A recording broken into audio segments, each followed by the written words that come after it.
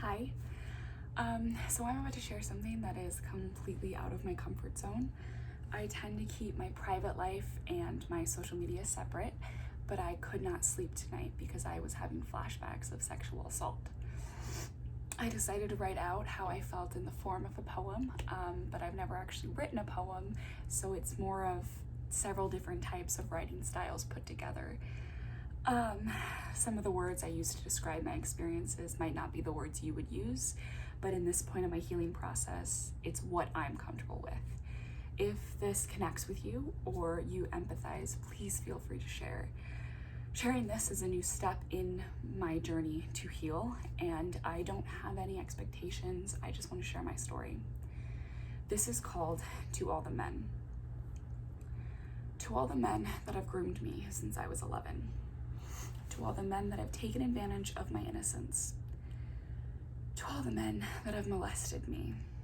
To all the men that have sexually assaulted me.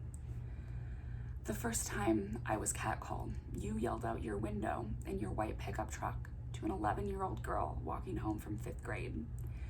At first, I felt proud to be noticed, proud to look like an adult. Then a sinking feeling came, one that I wouldn't understand for years. I felt violated and ashamed of the fact that my body didn't feel like it belonged to me. In those split seconds, my body belonged to you. I was just an object in your eyes, so my body then became an object in my own. The first time I sent a provocative photo, I was 13. I didn't know who you were. All I knew was that you owned my body. You saw my innocence as an opportunity.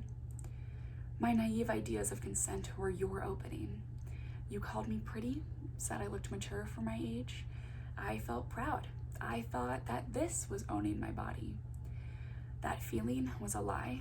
That feeling was coerced. That feeling was given to me by your compliments and words. And then that feeling made me believe that this is what I'm worth. Your words got more and more curious as I took off more and more clothes. And eventually, as I sat on my bed taking photos for you, that idea of what I'm worth sunk so deep into me that I can't get it out, even at 20 years old. The first time I was molested, you convinced me to come home early and drive around in your truck with no plans or place to go.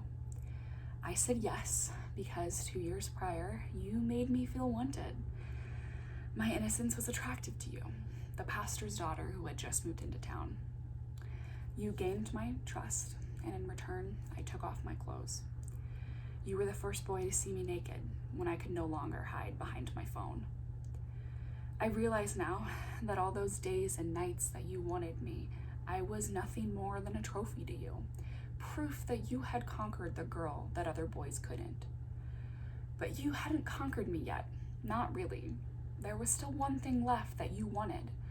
So 2 years later, you attempted to put that piece of the trophy on your wall. You drove me into the mountains. You said there was nowhere else to go. And then suddenly you had parked your truck and you left me sitting alone. Without saying a word, you laid the back seat down. And when I asked why, you said I could come lay with you, but only if I truly wanted to. Not knowing what else to do, I did. You told me that if I wanted to kiss you, I would have to make the first move. Your voice sounded strange to me, but I thought that you were making sure I could consent, so I kissed you. And 30 seconds later, I was half naked in the back of your truck. I remember how I felt in that moment. How I knew that something wasn't right, because even though you made sure I consented in the beginning, I now know that it was all a lie. I had never had consent used against me before, but you had done this enough that you had learned how to make a girl do what you want even before her clothes were off. Apparently no one ever told you that consent to a kiss is not consent to what's below my pants. But you acted as if this were true, even though I told you several times to stop. I verbally told you 3 times that I would not be having sex with you tonight, but instead of listening to me, you took those words as a challenge. You maneuvered my body in a way that felt odd. it took me a second to realize what was happening. But then I felt something I had said no to, and instantly knew what you were trying. I called you out on it, and you said it was an accident, and then proceeded to do it 3 more times to see if you could get away with it. I remember how my body felt during this. I was trapped outside of it, unable to move and unable to speak. It was like I was watching it happen. But that person was not me. It couldn't have been me, because I am smart and driven and independent, yet my attributes did not exempt me. I am thankful for what happened next, as I suddenly was back inside my body, and I could feel a scream from deep inside me that came out as a pitiful stop. You took me back to my house, and I acted as if nothing had happened, because I wouldn't realize until months later that you stuck your dick into me without consent. It took a year for the panic to leave my body every time I saw a brown truck. I remember the constant anxiety I had every time I drove by your house. I still think of your truck from time to time and wonder where you are. I wonder if you remember what you did to me, but I know deep down that even if you do, you don't give a fuck. The first time I was sexually assaulted wasn't really the first time. As I've been assaulted so many times, the number in my head won't stop going up. We had been talking for a few weeks, and we were really hitting it off.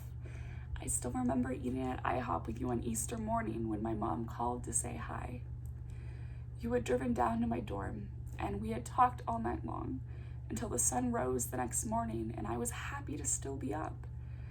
We did this a few times, enough so I felt comfortable, driving 45 minutes up to your house and hanging out on your couch.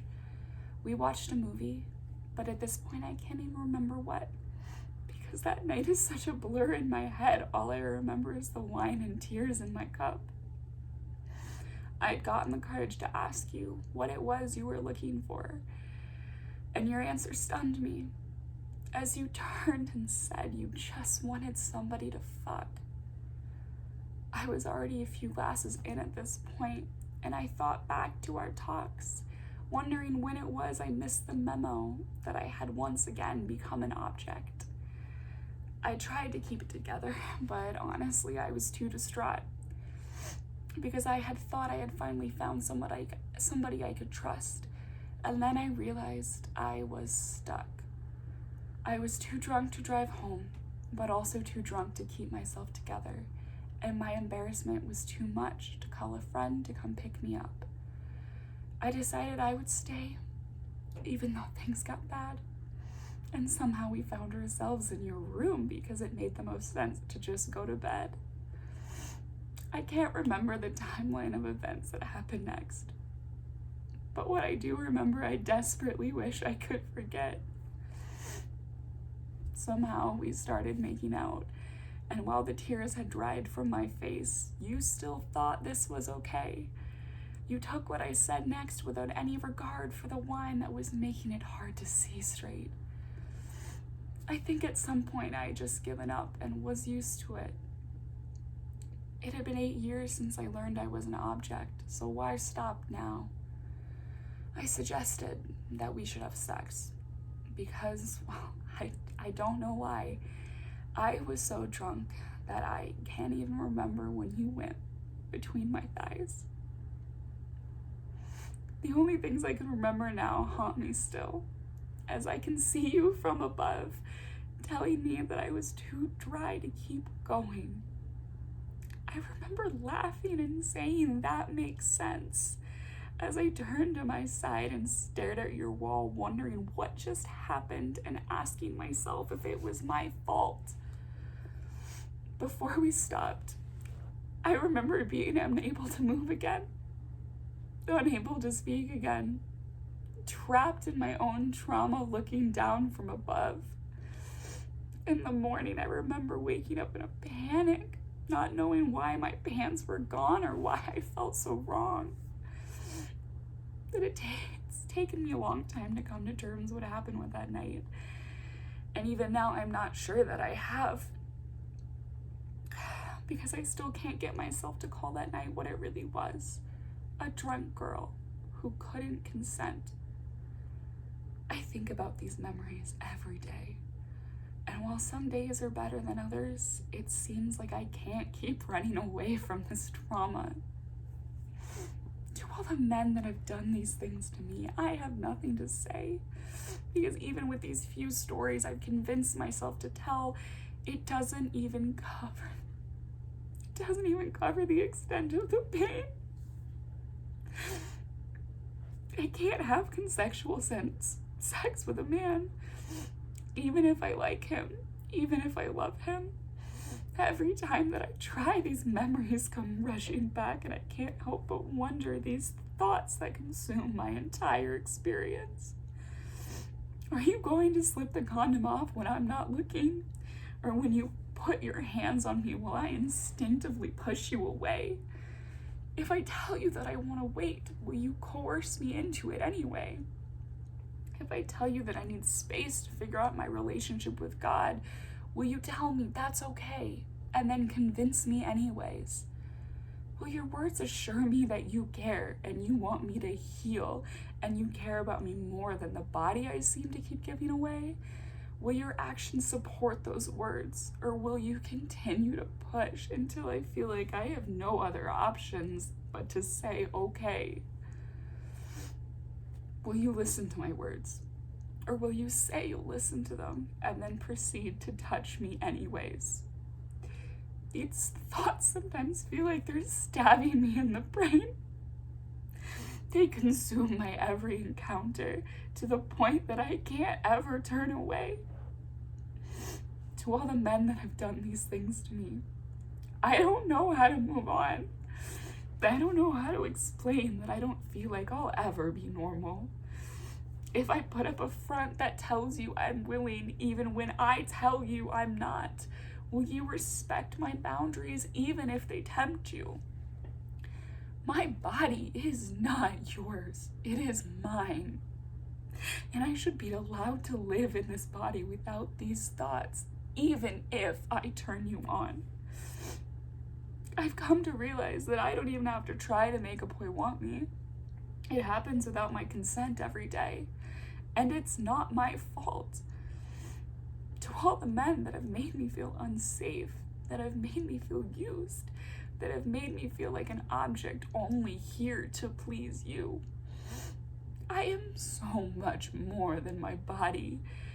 And even though I sometimes can't truly believe this, it doesn't mean that you get a pass to disregard it. I can dress and act how I want, and it's not an invitation to you. It's a love story between me and my body. This love story is not for you. It is for me, as I learn to heal from what you did to me. Thank you for listening.